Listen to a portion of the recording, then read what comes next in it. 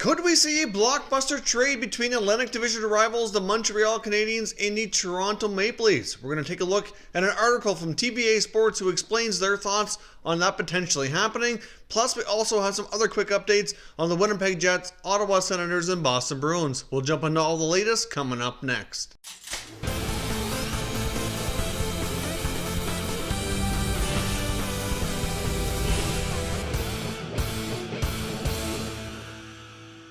So welcome back to another video here at Top Shelf Hockey. Now, as I mentioned, we have a very interesting article on a potential blockbuster trade to discuss today. But first, I just want to do a couple other quick updates first, and we'll jump into that article and see what everybody thinks about the proposed trade here from TBA Sports. Now, first of all, I want to get started here with the Winnipeg Jets. I've had lots of comments lately from, I assume, Jets fans on the channel wondering what's going on with Winnipeg. There's been very little talk in the rumor mill about what they might be looking to do. They're a team who's kind of, potentially a playoff team, but not guaranteed a spot. By any means, they've had a rough go this season. They've faced adversity since last offseason. I've been dealing with it all season long, and there's certainly lots of things hanging over the team which are impacting a lot of these decisions. The big one being Dustin Byfuglien, and the fact that that situation has not yet been rectified. We don't know what's going on with Byfuglien. He's going to remain suspended with pay or without pay, how that's going to go. I know he was filing a grievance against that suspension, which has not been settled yet.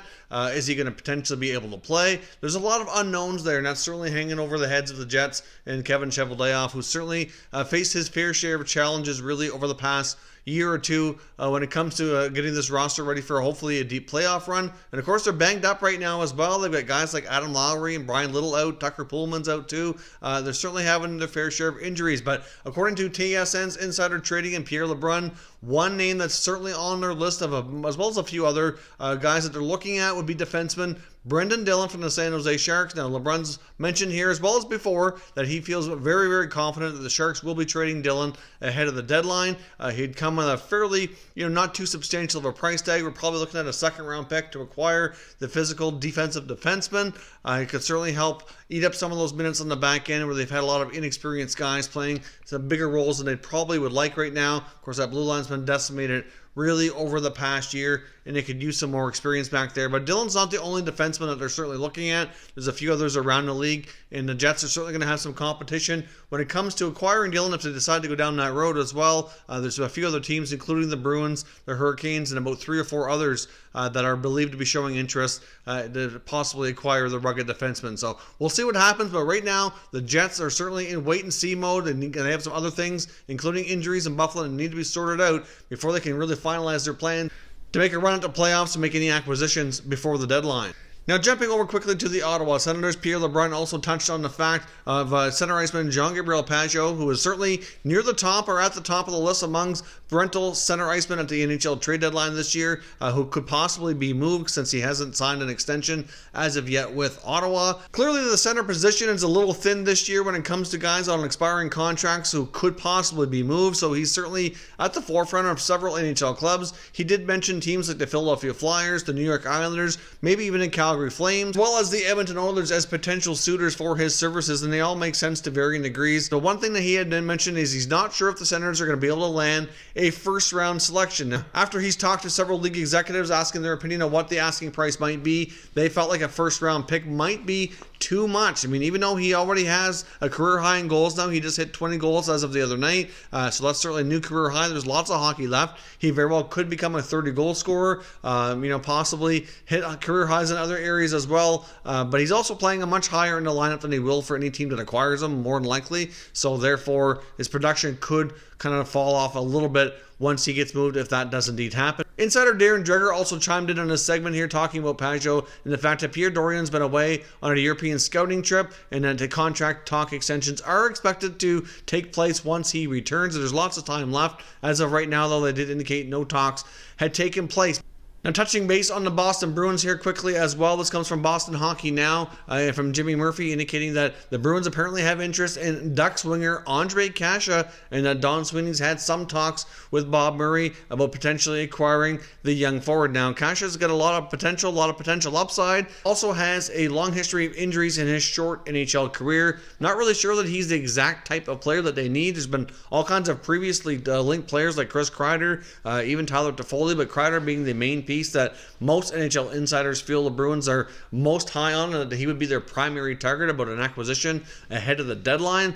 To me, that makes more sense. I do like Kasha a lot. He's a player who I do expect to, at some point, who could break out and become a regular 20-25 goal scorer. But until he can get over his injuries, stay healthy, and build some consistency, I'm just not sure if he'd be the prototypical type of player that I would be looking to add ahead of the deadline, especially for a team like the Bruins. I'm not sure he'd be the best possible fit there. I mean, like I said, he's a good player. Depending on the asking price, maybe, but I think they're best suited to look in other directions. But as I mentioned before, the Ducks appear to be heading towards more of a full rebuild. Wouldn't be surprised to see a player like him be dangled on the trade market. If he's not traded now, could certainly see it possibly happening in the offseason. Now for the very interesting article from TVA Sports suggesting a trade between the Habs and the Leafs. Now before we get going, I just want to caution you, this is not my opinion, so certainly read the article if you want to get the full thoughts here. I will link it down in the pinned comment as well as in the description of the video, so check it out if you want to see their full article here. But essentially kind of starts off saying that the Montreal Canadiens should be cautious about re-signing center iceman Max Domi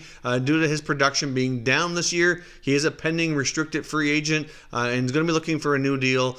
Certainly likely looking for a more expensive deal due to the fact that he had such a strong year last year, and even though his production is down this year, overall it's certainly performed much better than he had previously in Arizona, so therefore likely going to be looking for a raise. It only makes sense given his age. He's probably looking for a longer term deal as well, and the article kind of cautions that with everything going on with the team and his performance this year, that the Habs should probably be cautious of that. The writer of the article seems insistent that he's not convinced that Domi can actually lead them to a lot of success, and being one of their top forwards just isn't the guy to take them there, so maybe a trade might be best, and he suggests trading him to the Toronto Maple Leafs. Now Bergevin and Dubas should have some conversations here, and basically the full concept of the trade that he's suggesting in the article kind of goes like this. As we know, the Maple Leafs are looking for a puck-moving defenseman, ideally somebody who can play the right side, so we suggest putting Max Domi and Jeff Petrie in a trade from Montreal over to the Maple Leafs. Now, of course, the Leafs are in a very tight salary cap situation, which the article addresses here, and indicates that essentially there'd have to be money in and money out. There would have to be very similar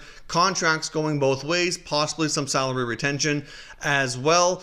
So with the Leafs acquiring Petrie, who could be that right shot defenseman, he's got another year left on his deal, along with Domi, who can go to Toronto. It suggests that Domi could certainly have a lot more success there, play a little bit of a smaller role than he does with Montreal, but of course play in the city where his father played for so long and was a fan favorite there for many, many years, that he could be a great fit there to have a ton of success. Going the other way, he suggests that the Leafs would have to part with Cody Ceci's contract as a right shot defenseman who's making $4.5 million, and that the Habs should insist on getting forward Kasperi Kapanen from the Leafs as well, who for the most part played like a middle six type of role with Toronto. He did play a top line role for a period of time last year when William Nylander was out due to his contract negotiations not getting signed in time.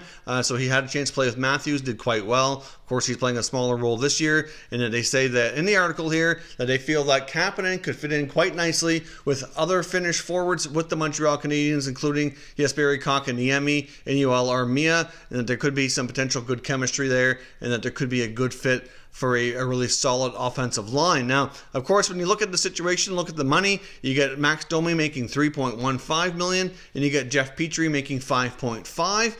So that's a total of $8.65 million in salary going from Montreal to Toronto in exchange for Cody Ceci making $4.5, and then you've got Kasperi Kapanen making $3.2 for a total of $7.7 million. So obviously there's more money going to Toronto than to Montreal. That clearly would not work. The article suggests that Montreal would have to retain a little bit of salary on Jeff Petrie to kind of even out the contracts or close to it between he and Cody Ceci. So you're probably looking at about a $700,000-800,000 retention for that to work, for the money to be similar enough that it would actually happen. Now, of course, the other option, which isn't mentioned here in the article, is the Leafs could also add an extra piece in there to reduce their cap situation a little bit further, perhaps a depth piece like a defenseman, like a Martin Marincin, maybe a Dmitry Timashov, something to that effect, somebody who's making around $700,000-800,000, who they could afford to lose off their roster, could possibly be included as well as a third piece. And then if that's the case, maybe Montreal then throws in like an extra pick or something to kind of level things out so that it works money-wise,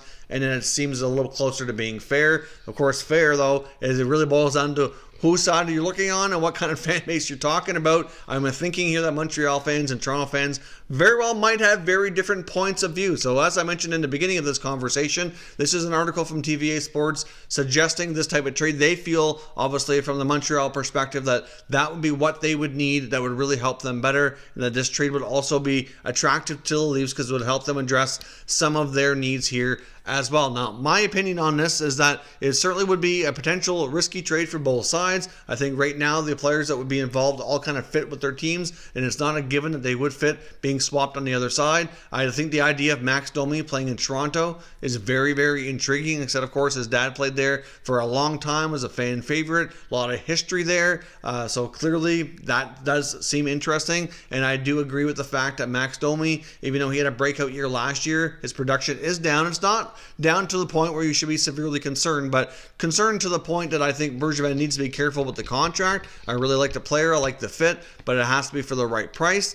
So there is that dimension of things as well. Jeff Petry's a name that's come up in trade rumors here recently, a player who Montreal may not necessarily want to trade, but certainly somebody who they're likely going to get inquiries on due to the fact that he's a good puck-moving defenseman, he's a right shot, doesn't have a crazy contract, and it could work for many other teams. And if the price is right and it can bring the Habs the right package back, then Bergevin would definitely have to consider that. If you look at the Toronto side of things, it's been known here that Kapanen very well could be a trade chip to help improve the blue line. The only thing is more than likely the more talked about scenario that would unfold would be Kapanen going to a team for a top four blue liner. And really, when you think of Petry, like, he can be a top four blue liner, but only in the short term. I don't know how many years he's got left to be that kind of productive type of player. So typically you think of them getting a younger top four defenseman who can be a little bit more productive, like, for example, like a Matt Dumba was a guy we talked about previously, something more in line with that. So certainly doesn't quite fit there, but certainly Kapanen would have to be used in a trade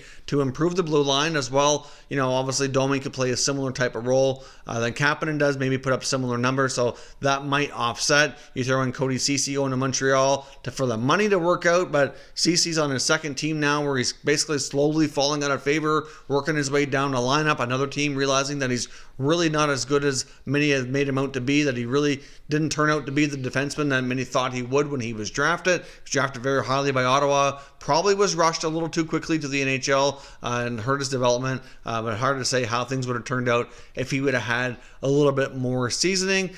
So would Montreal want Cody Ceci? They'd have to take the contract to make it work. There's no other way around it. So from Montreal's perspective, I like the idea of them getting Kapanen. I like the idea of Domi in Toronto. I don't think it makes sense for either team to do a one-for-one swap and take the other pieces out. I'm not sure that it would really make a lot of sense. I can see Petry fitting with Toronto. Not sure I really see Ceci fitting in Montreal. Obviously, Ceci is a younger version of a right shot defenseman, but probably not quite as good as Petry. Certainly not from the offensive standpoint, at least. Hasn't been as productive. I think from some perspectives, Montreal would probably be downgrading on the D side to get a younger defenseman who can be mobile but has proven not to be as reliable. Kapanen's a little younger than Domi. Kapanen certainly could provide a similar type of production, I think, longer term than Domi, especially where Kapanen doesn't play center. That could hurt their overall center depth, where it's something they've struggled with as well. So personally, I'm not sure that this deal, as much as this sounds very interesting from either side, is really the perfect deal that either team needs. There's some intriguing parts to it, but I think if I'm either side, I'm probably declining this trade and looking at other options. Could all these players be traded? I think it is quite possible. I think for the Leafs to improve their blue line, moving Cody Ceci very well might be a necessary something that they have to look into. Might be challenging to do given his performance, but certainly makes a lot of sense. Kapanen seems to be the forward that most teams would probably zone in on, trying to move a defenseman to get a good forward in return. That part makes sense.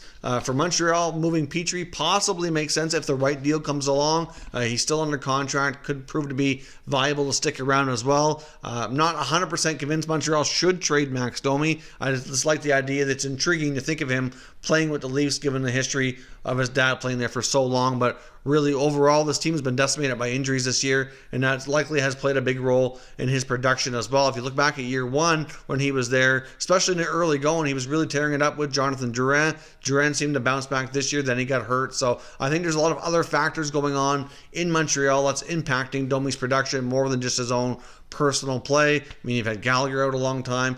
Byron's missed a lot of time. Like, injuries really have hurt the Habs substantially this year, and that might be the bigger part of the problem. Is there issues in Montreal that need to be addressed for the roster to be stronger? Absolutely. Is trading Max Domi going to accomplish that? Not really sure that it's going to. But of course, like I said, I just wanted to discuss the article, kind of give my feelings on the situation. Wanted to see what you think. I know there's all kinds of Habs and Leafs fans that watch this channel, all kinds of other hockey fans as well, that would find this deal intriguing to look at and discuss. So let me know what you think down below. Is this a trade that either team really should pursue? Do you think it makes sense for either side? I'd love to know your thoughts down in the comment section. If you're new to the channel, consider subscribing, turning on your notifications, and checking out our membership options if you haven't already as well. I'd appreciate it if you did. As always, thank you for watching, and I will catch you next time.